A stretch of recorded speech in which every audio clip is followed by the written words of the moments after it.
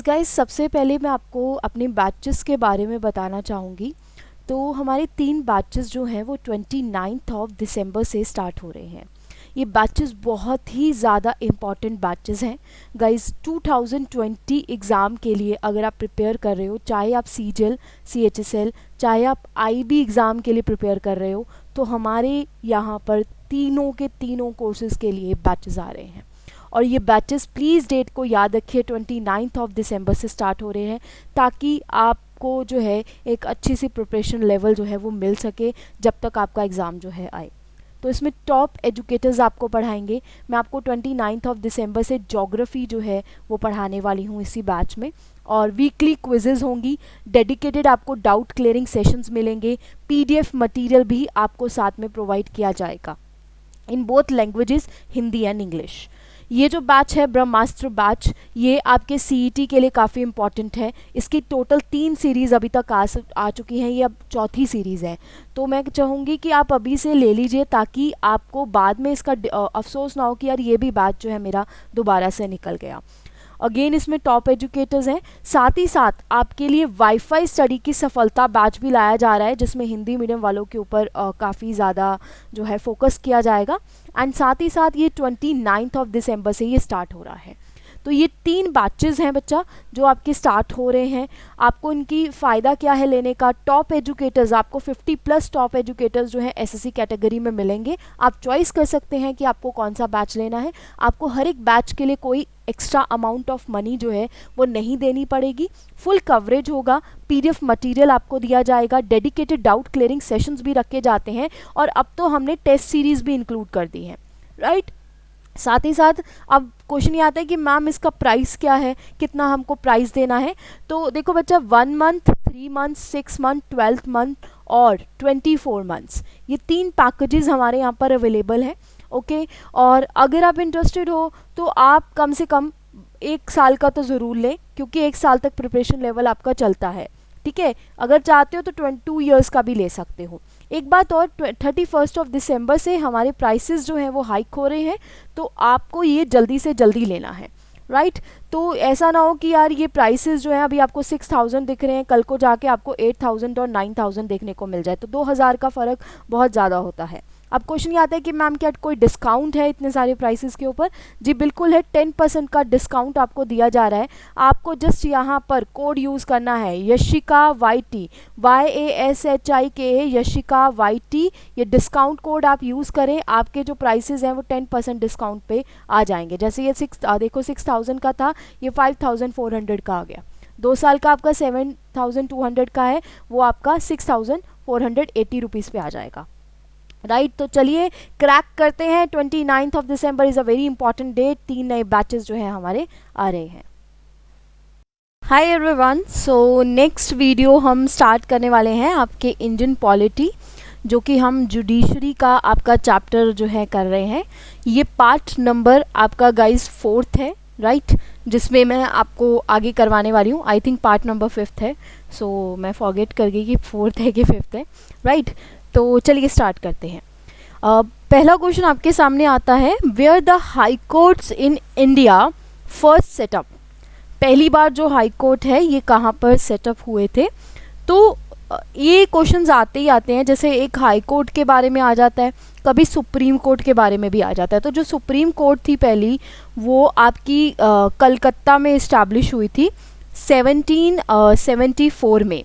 अब ये एक एक्ट आया था, उस एक्ट का नेम था, हमने बात की भी हुई है इसके एक्ट के बारे में, इसको बोला गया था रेगुलेटिंग एक्ट 1773।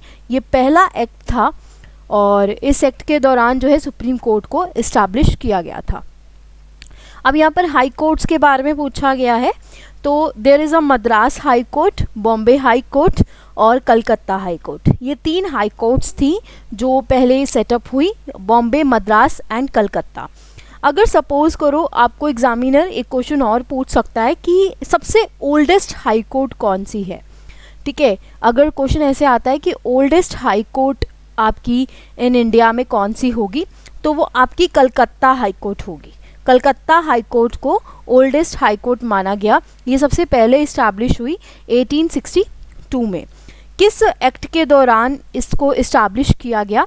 एक एक्ट आया था, उस एक्ट का नेम था Indian high court act 1861, right. So again very important question, ये याद रखिएगा, काफ़ी अच्छा क्वेश्चन है। नेक्स्ट क्वेश्चन हमारे पास आता है, द जज of the high court hold office. जो जज है हाई कोर्ट के, वो कब तक ऑफिस को होल्ड करते हैं? ऑप्शन दिए गए, during the pleasure of the chief justice of India, जब तक चीफ जस्टिस ऑफ इंडिया चाहेंगे तब तक हाई कोर्ट के जज जो हैं वो जज रहेंगे, till they have attend 62 years of age, और till they have attained 65 years of age, as long as they desire। तो basically they are asking you कि कब तक आपके हाई कोर्ट के जज जो हैं वो अपनी पोजीशन पे रहते हैं।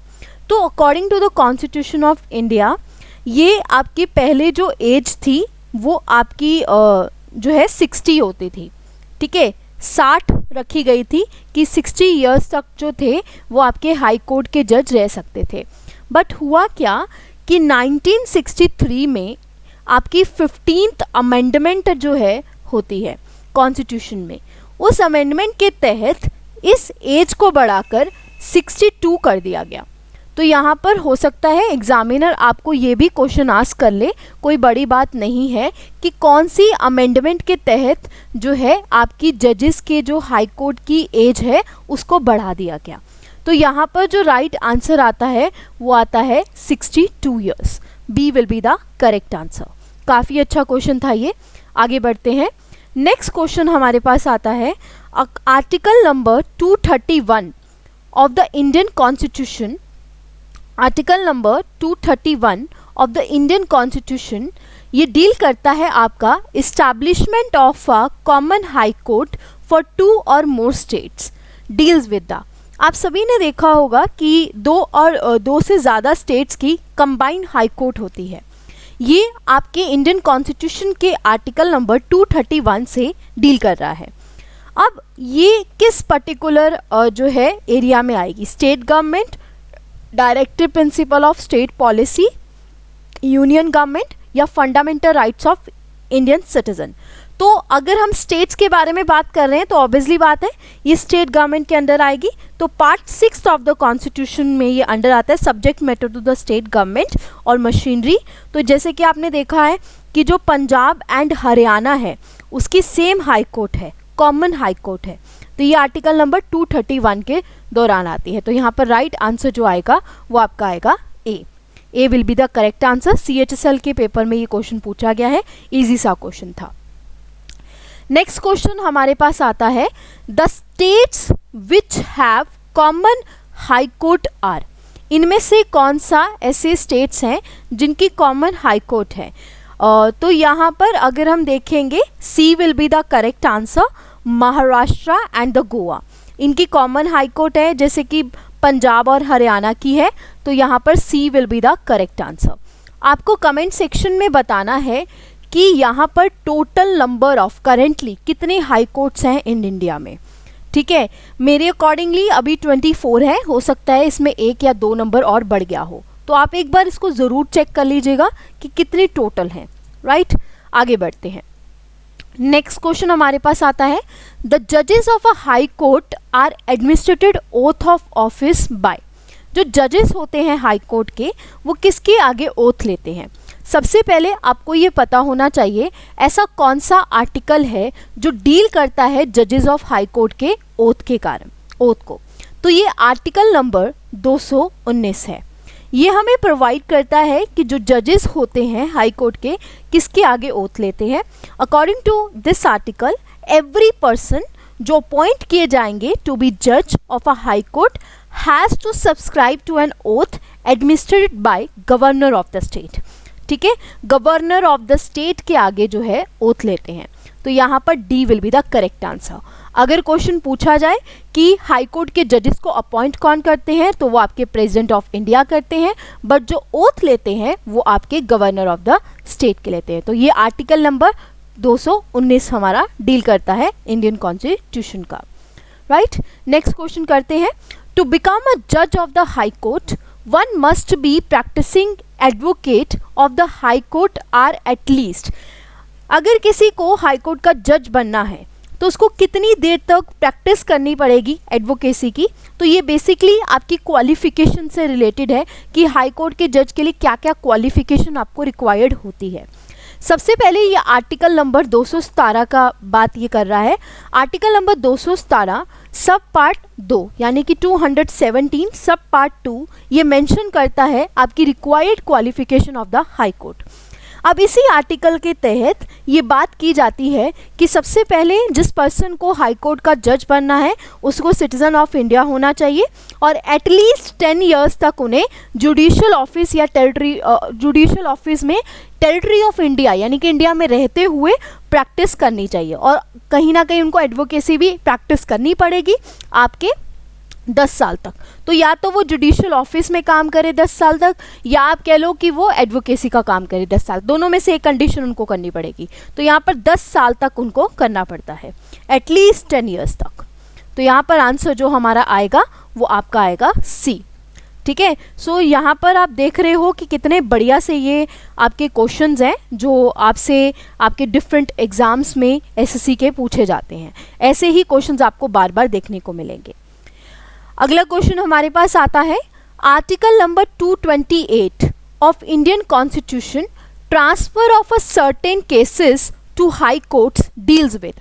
सपोज करिए कि आपको कुछ केसेस को, जो केसेस होते हैं वो सीधा हाई कोर्ट को ट्रांसफ़र किए जाते हैं, तो ये किससे डील करेगा? Again it is related to the state government, part 6 of the constitution. जब भी कोई जो है आर्टिकल ये प्रोविज़न ट्रांसफ़र, समटाइम्स ऐसे होता है कि आप सबॉर्डिनेट और डिस्ट्रिक्ट कोर्ट से सेटिस्फाई नहीं होते तो वो केसेस आप हाई कोर्ट्स के पास जाते हैं, तो ये आपके स्टेट गवर्नमेंट से डील करेंगे। प्लीज़ आपको ये भी याद रखना है, आर्टिकल नंबर 228 जो है ये डिस्कस करता है। ठीक है जी, चलिए आगे बढ़ते हैं। अगला क्वेश्चन कहता है, a proceeding under article number 226 in case of detention of a person is a. अब डिटेंशन का मतलब क्या है? किसी को बिना बताए डिटेन कर लेना, मतलब आप कह लो कि एक तरीके से जो है उसकी जेल में डाल देना, या आप कह लो बिना बताए रीज़न कोई डिटेन आपको कर लेता है तो उसमें क्या करेगा कि वो आपका फंडामेंटल राइट वायलेट करेगा। फंडामेंटल राइट कैसे वायलेट करेगा कि वो आपका फ्रीडम ऑफ मूवमेंट को रोकेंगे। तो यहाँ पर हाई कोर्ट के पास अथॉरिटी होती है, इवनली सुप्रीम कोर्ट के पास भी अथॉरिटी होती है, तो वो आर्टिकल नंबर 32 के तहत होती है और हाई कोर्ट के पास कितनी है? Article number 226। तो ये एक तरीके की क्रिमिनल प्रोसीडिंग है। ठीक है जी, क्रिमिनल प्रोसीडिंग इसको बोला जाता है और इसमें हैबियस कॉर्पस का रिट लगता है। हैबियस कॉर्पस का रिट का मतलब क्या होता है कि अगर कोई जो है पब्लिक अथॉरिटी या प्राइवेट अथॉरिटी आपको बिना बताए डिटेन कर लेती है, आपको कैद कर लेती है या जेल में डाल देती है पब्लिक अथॉरिटी, तो आप जो है सुप्रीम कोर्ट और हाई कोर्ट के पास जा सकते हो और वो इस आर्टिकल्स के तहत जो है रिट को इशू करेगी, जिसमें से एक हैबियस कॉर्पस का रिट है जिसमें वो कहती है कि आप उस बॉडी को प्रेजेंट करो जिसको आपने अरेस्ट किया है और रीज़न बताओ कि क्यों अरेस्ट किया है। राइट, तो ये क्रिमिनल प्रोसीडिंग है। B will be the correct answer. So अगली वीडियोस में हम नेक्स्ट आगे क्वेश्चंस करेंगे, यही क्वेश्चंस जुडिशरी के रिलेटेड। धीरे धीरे मैं आपको चैप्टर्स करवाती जाऊंगी और बहुत ही उम्दा क्वेश्चंस आपके सामने लेकर आऊंगी जिससे आपके इन चैप्टर्स के बेसिक्स जो हैं वो क्लियर होंगे। I hope you like the lecture. Thank you very much. Have a great day.